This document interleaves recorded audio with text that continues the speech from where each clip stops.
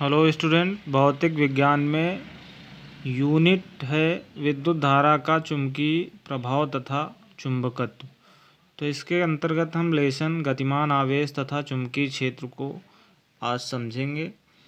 तो सबसे पहले विद्युत धारा का चुंबकीय प्रभाव, अर्थात सबसे पहले अगर इसी को हम समझें कि विद्युत धारा का जो प्रभाव होता है कितने प्रकार से ये कार्य करता है। तो पहला है ऊष्मीय प्रभाव, दूसरा है रासायनिक और तीसरा है चुंबकीय प्रभाव।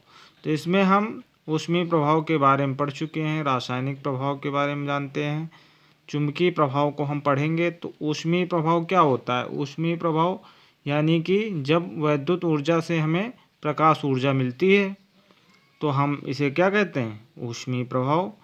आप लोगों ने देखा होगा, चाहे वो विद्युत धारा के द्वारा हम लोग एलईडी बल्ब जलाते हैं और नॉर्मल बल्ब जलाते हैं, हीटर चलाते हैं और कई सारे ऊष्मीय प्रभाव को हम जो है अध्ययन कर उसको देखते हैं।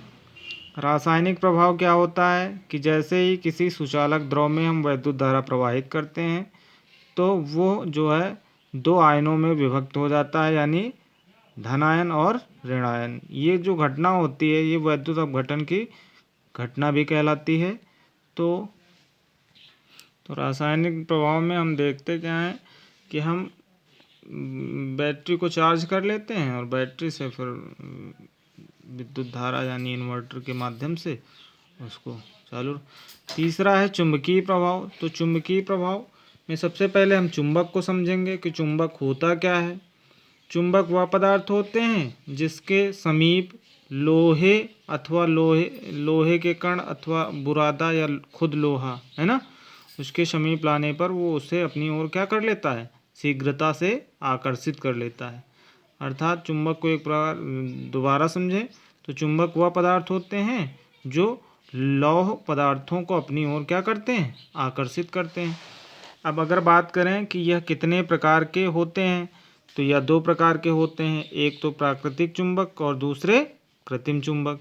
तो प्राकृतिक नेचुरल मैग्नेट यानी कि Fe3O4 Fe3O4 इसमें जो चुंबक की प्रबलता होती है वो बहुत ही कम होती है। तो अब अगर कृत्रिम चुंबक की बात करें तो कृत्रिम चुंबक बहुत सारे चुंबक जो मतलब जिनमें चुंबकत्व का प्रभाव जो है अधिक होता है, यानी अधिक चुंबकत्व होता है।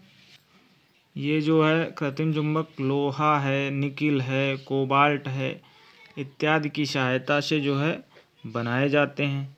अब अगर हम बात करें कि चुंबकीय क्षेत्र की संकल्पना, कि चुंबकीय क्षेत्र किस प्रकार से हम लोग दैनिक जीवन में इसको देखते हैं, तो अगर हम बात करें किसी चुंबक की, तो किसी चुंबक के चारों ओर का वह क्षेत्र, किसी चुंबक के चारों ओर का वह क्षेत्र जिसमें किसी चुंबकीय सुई पर एक बल आघूर्ण आरोपित होता है और जिसके कारण वो जो सुई होती है, चुंबकीय सुई, वो घूमकर एक निश्चित दिशा में आकर ठहरती है। ये जो दिशा होती है हमारी कौन सी होती है? N और S। यानी कि अगर हम किसी चुंबक को स्वतंत्रतापूर्वक किसी धागे से बांधकर लटका दें तो वो NS दिशा में आकर ठहरती है। ऐसा क्यों होता है? क्योंकि हमारी जो पृथ्वी है वो भी एक चुंबक की भांति कार्य करती है, अर्थात इसके गर्भ में एक चुंबक विद्यमान है, ये कह सकते हैं, जिसके कारण ये इसकी जो दिशा है वो N और S, N मतलब नॉर्थ पोल और S मतलब साउथ पोल, ये दो ध्रुव हैं, इसी के समांतर वो आकर स्थिर हो जाती है। अब चूंकि अगर हम ये इसके गुणों की बात करें या चुंबकीय बल रेखाओं की बात करें तो चुंबकीय बल रेखाएं क्या हैं वो हम काफ़ी पहले से जानते हैं कि चुंबकीय बल रेखाएं क्या होती हैं।